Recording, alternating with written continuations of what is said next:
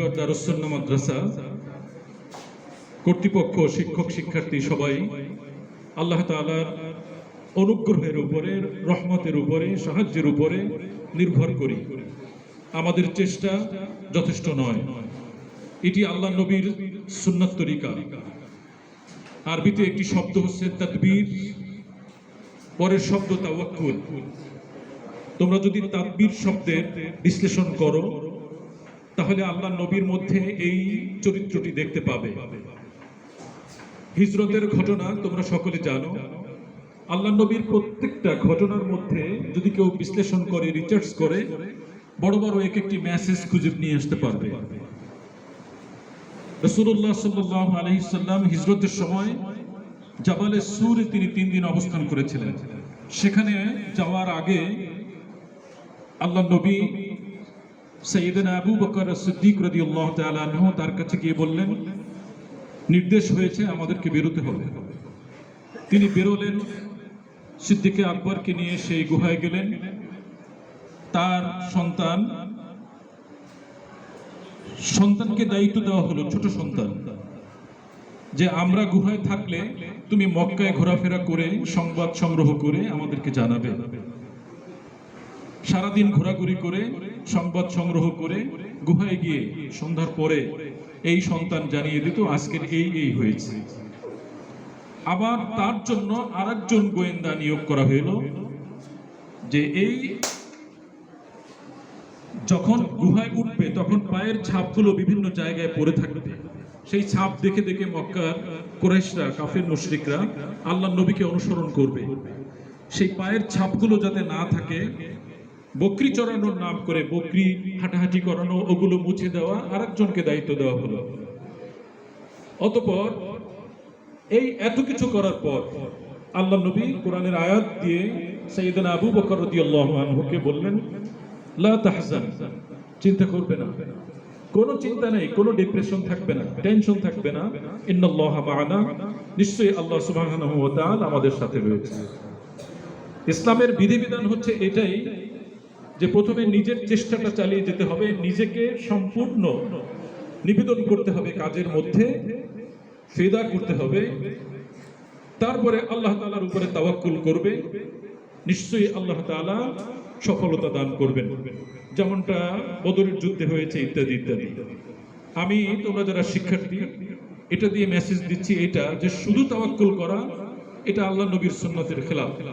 তবে কখনো কখনো করতে হয়, কিন্তু জীবনের ম্যাক্সিমাম ক্ষেত্রে আগে চেষ্টা, আগে তাদবীর, তারপরে তাওয়াক্কুল।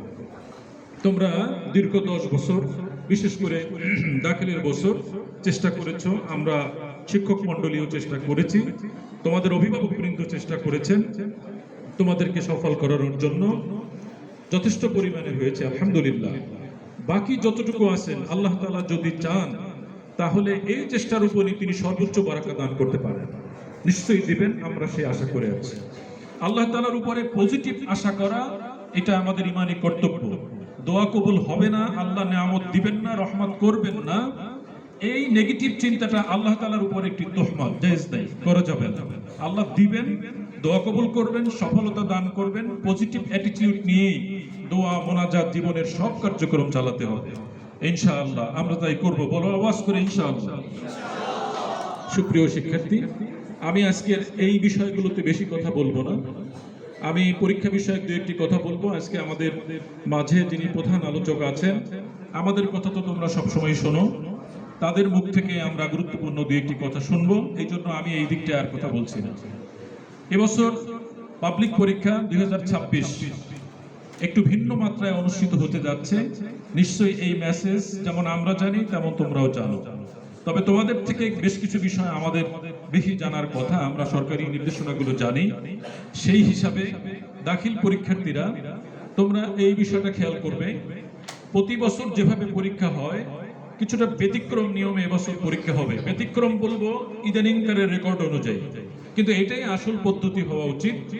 পরীক্ষার হলে অবৈধ সুযোগ দেওয়া এটা একটি ক্রাইম, এটা কারাপশন, অন্যায়, এটা মানুষের হকুল এবাদ নষ্ট হওয়ার মতো একটি বিধান, মানে অপবিধান এটা। কারণ কেউ যদি নকল করে, অসৎ উপায় অবলম্বন করে, প্রকৃত মেধাবীদের হক নষ্ট হয়। যারা অন্যায় করে না তাদের হক নষ্ট হয়, এটা এক ধরনের জুলম। সুতরাং এই জুলম মুক্ত, অন্যায় মুক্ত পরীক্ষার হল হোক, শিক্ষা ব্যবস্থা অপরাধ মুক্ত হোক, আমাদের জীবনটা সুন্দরভাবে হালালভাবে বেড়ে উঠুক। কারণ আমার অর্জিত সনদ, সার্টিফিকেট আমার ক্যাপিটাল। এই সার্টিফিকেটের মাধ্যমে আমি জীবনে যা অর্জন করব, আর্থিক যে বেনিফিট গুলো নেব, সম্মানের যে বেনিফিট গুলো নেব, যদি এটা নকল কেন্দ্রিক, অসৎ উপায় কেন্দ্রিক হয় তাহলে সম্পূর্ণটাই হারাম হয়। এটাই শরীয়তের বক্তব্য, এটাই ফতোয়া। সুতরাং আমাদের রাষ্ট্র এই অপরাধ মুক্ত হোক, সেটা আমরা চাই। মাননীয় শিক্ষামন্ত্রী মহোদয় বারবার এই কথাগুলো বলছেন, আমরা তার সাথে একত্র প্রকাশ করছি অন্তত এই বিষয়ে।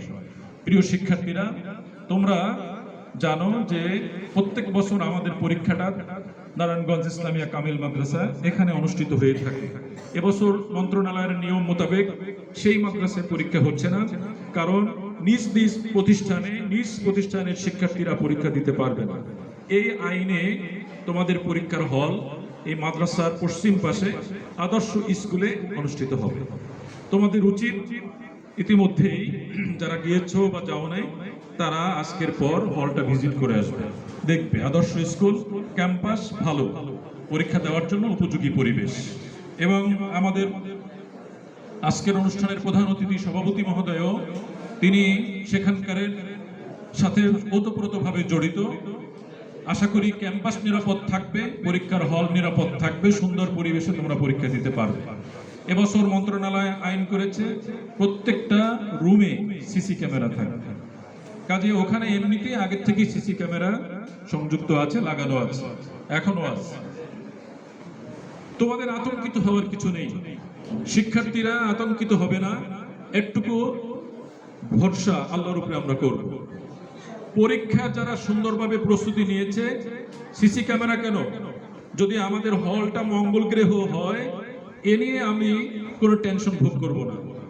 কথাটা আবার মাথায় রাখো, পরীক্ষার হল যেখানেই হোক, আমাকে যদি তুরস্ক নিয়েও পরীক্ষায় অংশগ্রহণ করায় কিংবা এরোপ্লেনে উঠেও আমাকে পরীক্ষায় অংশগ্রহণ করতে বলে, we are ready to participate. পারা যাবে না? ভয় পাবা? কোনো ভয় নেই। নিজেদের কখনোই আত্মবিশ্বাসহীনতায় ভুগবে না, হীনমন্যতায় ভুগবে না। স্টুডেন্ট অফ মাদ্রাসা, হীনমন্যতা তাদের সাথে সাথে থাকে, কিন্তু যারা সারাক্ষণ কোরআন এবং সুন্নাহর জ্ঞান অর্জন করে, হীনমন্যতা তাদের মধ্যে থাকতে পারে না, কারণ তারা এমন জ্ঞান চর্চা করে সারাক্ষণ, সেখানে হীনমন্যতার কোনো স্থান নেই, বরং এটা একটি শক্ত আমল। লা তাকনাতু মির রাহমাতিল্লাহ, তোমরা আমার রহমত থেকে নিরাশ হও না। কাজে রহমত যাদের সাথে থাকে, রহমত যে রহিমের সাথে থাকে যাদের সাথে, তারা হীনমন্যতায় ভুগবে না, তোমরাও ভয় পাবে না, হীনমন্যতায় ভুগবে না।